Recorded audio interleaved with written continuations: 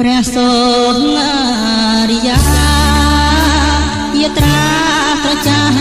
ត្រចង់ញ៉ាំចិនដាភោផងដូចព្រះអង្គប្រទានស្រុងស្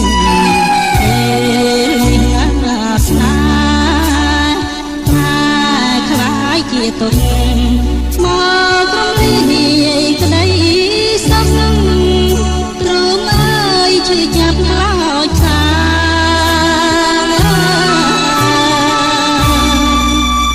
ក្តីស្នេហ៍ខ្ញុំមុំស៊ូបដោជីវិតតែ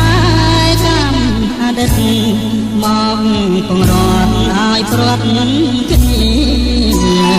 ពេលនេះស្នេហ៍ភក្តីស្រីមុំសុំនេះតាមអំណាចមេ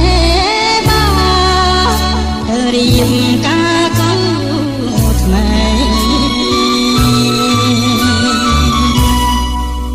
ភ្លេងការរងំមេបាចាស់ទុំឲ្យផងសំឡេងកូនខ្មុំបន្ទោ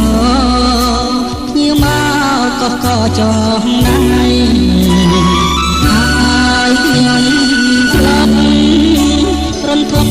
ក្នុងដួងហារតីជាចំណងនេះស្អីអើហើយដាច់ឡាយពីបង